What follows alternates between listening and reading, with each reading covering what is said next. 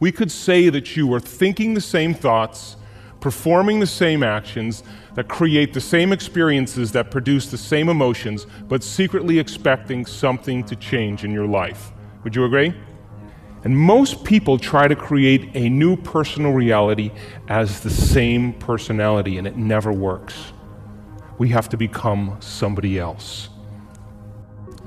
How many people in this audience actually believe in the idea that the way you think has some effect on your life? That your thoughts create your life? You believe that, yes? So how many people here actually woke up this morning and consciously created a future?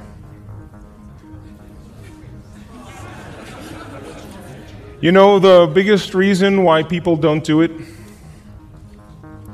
is because you don't really believe it's true.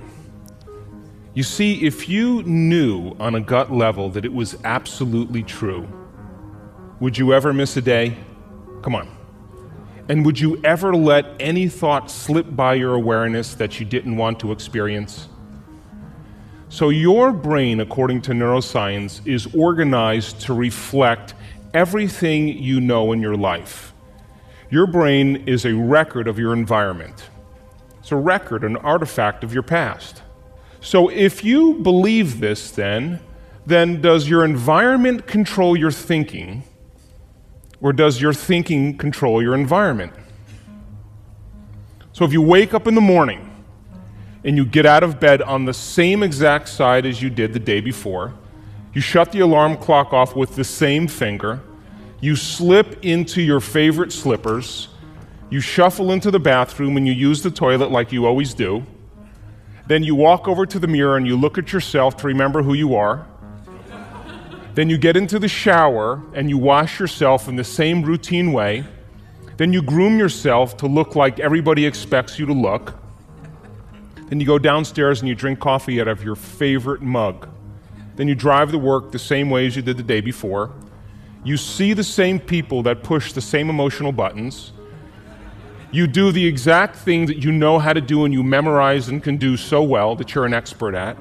Then you hurry up and rush home so you can hurry up and check your emails, so you could hurry up and go to bed, so you can hurry up and do it all over again. Now, here's my question. Did your brain change at all that day? We could say that you were thinking the same thoughts, performing the same actions, that create the same experiences, that produce the same emotions, but secretly expecting something to change in your life. Would you agree? As the environment turns on different circuits in your brain, you begin to think equal to your environment. As you see the same people and go to the same places and do the same things at the same time, it's the external environment that's turning on different circuits in your brain, causing you to think equal to everything that you know. And as long as you think equal to everything that's familiar or known to you, what do you keep creating more of? To change. To truly change is to think greater than your environment. And every great person in history knew this. Whether it was William Wallace or Mahatma Gandhi or Martin Luther King, they all had a vision. They all had an idea. Couldn't see it, couldn't smell it, couldn't taste it, couldn't feel it, but it was alive in their mind. It was so alive in their mind that they began to live as if that reality was actually happening now. So can you believe in a future that you can't see or experience with your senses yet, but you've thought about enough times in your mind that your brain is literally changed to look like the event has already happened? Neuroscience says it's absolutely possible. Your personality creates your personal reality. That's it. It's that simple. And your personality is made up of how you think, how you act, and how you feel. So the present personality who's sitting here today, you, has created the present personal reality called your life. Would you agree? Would you also agree then, if you wanted to create a new personal reality, that on a fundamental level you would have to change the thoughts that you are thinking, the behaviors and habits that you're demonstrating, and the emotions that you've memorized that's become part of your identity? And most people try to create a new personal reality as the same personality, and it never works. We have to become somebody else. And whenever you make your brain work in a certain way, that's called mind. Mind is the brain in action. So as you remind yourself every day who you think you are, you're causing your brain to fire in the exact same ways. And as they fire and wire in the same patterns over time, the brain moves into a very finite signature, and that's called your personality. Every time you have a thought, you make a chemical. And if you have a great thought, or an unlimited thought, or a joyful thought, you turn on a set of circuits in your brain that fires in a very specific sequence, pattern, and combination that produces a level of mind that turns on another part of the brain that makes a chemical for you to begin to feel exactly the way you were just thinking, great or unlimited or joyful. Now, if you have a negative thought or an unhappy thought, you turn on a different set of circuits in a different combination, a different sequence, and a different pattern that produces a different level of mind. And the brain then begins to make a different batch of chemicals that signals the body for you to begin to feel exactly the way you were just thinking, negative or unhappy or unworthy. So the moment you begin to feel the way you think, because the brain is in constant communication with your body, you begin to think the way you feel, which makes more chemicals for you to feel the way you think, and then you think the way you feel, and then you feel the way you think, and then you think the way you feel. And some people do this for 20 or 30 or 40 years.